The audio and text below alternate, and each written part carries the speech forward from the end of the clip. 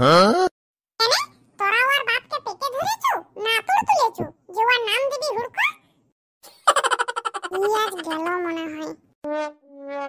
এদিকে বারবার বলেছি কেউ আমাকে ডাকতে আসিস না, ফোন করে দিবি। আমার মা অন্য ধরনের মানুষ, সে বললে শুনবে না। এবার বুঝ, তোর বাপের নাম তো নাইলে তোরা দিয়েছো হুড়কা, আর তোর বাপের নাম? আমার বাপের নাম সুবোধ। কি সুন্দর নাম গো, ওর বাপ যেমন এবারে সুবোধ বালক। এই আমার বেটাটা সারা জীবন বোকাই রয়ে গেল, এগুলোর সঙ্গে মিশছে, এরা তোর বাপকে খারাপ বলছে। দেখ তোর দেখে একটু লাজ লজ্জা লাগে না? হ্যাঁ, ওই তো হারামজাদাটা ওইখানে দাঁড়িয়ে দাঁড়িয়ে শুনছে। এ হারামজাদা এদিকে আয়। হ্যাঁ মা বলো। হ্যাঁ রে, তোর বাপের নাম কি? কেন মা, আমার বাবার নাম তো কেবল দত্ত। তোর বাপের নাম হুড়কা নয়? কেবল দত্ত তো আগে ছিল, ওই নামটা তো হারিয়ে গেছে, এখন তো হুড়কা। ও মা সরি, ও তো বলছে ভুল হয়ে গেছে মা, এবারের মতন ছেড়ে দাও, আর বলবে না কোনোদিন। এই তুইও মাকে বল না ভুল হয়ে গেছে সরি, আর কোনোদিন বলবো না। বলছি তো আন্টি ভুল হয়ে গেছে সরি, এবারের মতো ক্ষমা করে দাও, আর কোনোদিন বলবো না। ঠিক আছে, এবারের মতো ক্ষমা করে দিচ্ছি, আজ যেন কোনোদিন বলতে না শুনি। আর ভুল করেও যদি কোনোদিন বলেছু আমার নামও অন্নপূর্ণা দত্ত, পিছনে গর্ত করে ছেড়ে দেবো। কি রে তোরা মুখগুলো এমন করে আছো কেন? কেনই বা থাকবো না, কি হয়েছে জানোস? না, কি হয়েছে? লে বলটা, তুই বল রে কি হয়েছে। আমার মা ওকে মেরেছে। না রে, তুই কি করেছিলি? কি আর করবে, ওরা তো বার কম লয়। আমাদের ঘরে গিয়ে আমাকে ডাকছে এ হুড়কার বেটা, এ হুড়কার বেটা। মা শুনে লিয়েছে যে ঘা কতক দিয়েছে। ও এই ব্যাপার, লে লে আর রাগ করে থাকিস না, লে। কেন কি করব? আরে কালী পূজায় তো একদিনও মদ মাংস খাওয়া হয়নি, খাবি না? খাবো তো, কিন্তু পয়সা কোথায় পাবো? এই আমার না একটা বুদ্ধি আছে, শুনবি? তাহলে মদ খাওয়ার জোগাড় হয়ে যাবে। বল কি বুদ্ধি? এই তোর অ্যালাউন্স করবার আছে কর, নাইলে আমি চলে যাচ্ছি। লে অত তেজ দেখালে হয় না, ভিক্ষা করে মদ খাবি আর একটু কষ্ট করতে হবে না? হ্যাঁ, তুই কর না কষ্টটা দেখছি। তুই তো কি সুন্দর লাউড স্পিকারটা হাতে ধরে ধরে যাচ্ছু, আর আমি এই গোদাটাকে ঠেলে ঠেলে নিয়ে যাচ্ছি। ঠিক আছে লে লে, অত রাগ করিস না, এবার অ্যালাউন্স করছি।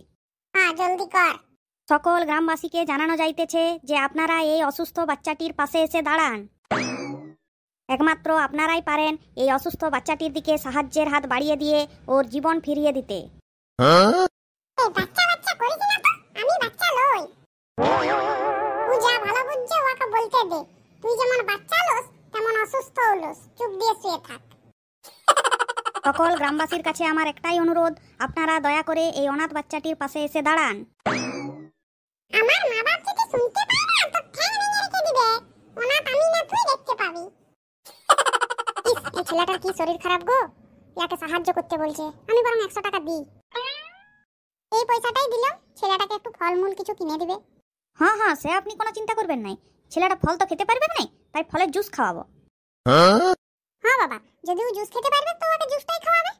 ঠিক আছে চলি তাইলে। হ্যাঁ হ্যাঁ আসুন। শুনলি তো বুড়িটা কি বললো, ফলের জুস খেতে খাবি।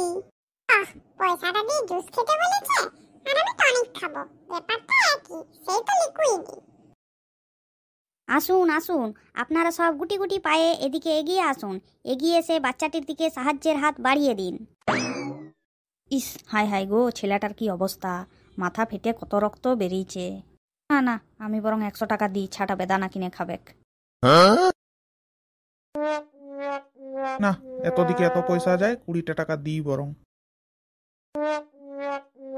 লে চা দেখি, অনেক হয়েছে, আর আমি অভিনয় করতে পারছি না। আরে তোর কি কষ্ট, তুই তো আমরা কি সুন্দর গদাগতরটা নিয়ে শুয়ে আছো। হ্যাঁ, তোদের তো মনে হচ্ছে আমি বিরাট আরাম করে শুয়ে আছি। থাক না এরকম মরাটার মতন পড়ে, দেখছি কেমন থাকতে পারস। লে লে, আর নিজেদের মধ্যে ঝগড়াঝাটি করিস না, যা পয়সা উঠেছে আজকের মদ খাওয়াটা হয়ে যাবে। আজকে তো খাই, তারপর কাল আরও দেখা যাবে। আজ তোর মাথা ফেটেছে, কাল কিন্তু তোর পা ভাঙবে। কি বলছো তুই? তার মানে আবার কি? আজ তো মাথা ফাটার অভিনয় করলি, কাল পা ভাঙার অভিনয় করে শুয়ে থাকবি, তাহলে কালকে জোগাড়টাও হয়ে যাবে। শুন, কাল আর আমি শুবো না, কাল তুই শুবি, দেখবি কত আরাম। বলছো না যে আমি এমন কি সুন্দর শুয়ে আছি, তুইও কাল কি সুন্দর শুয়ে থাকবি, আমি ঠেলে ঠেলে নিয়ে যাবো। বুদ্ধিটা কিন্তু তোর ভালোই বটে। যতবারই মদ খাই ততবারই তো ছাড় দিয়েই খাই। আজকে প্রথমবার খাসির মাংস দিয়ে খাবো। এরকম করলে তো আমাদের আজীবন মদ মাংসের জোগাড় হয়ে যাবে। শুধু মদ মাংস কি বলছু রে? এরকম করলে চাকরিরও দরকার নাই, তুই বউ সামলাতে পারবি।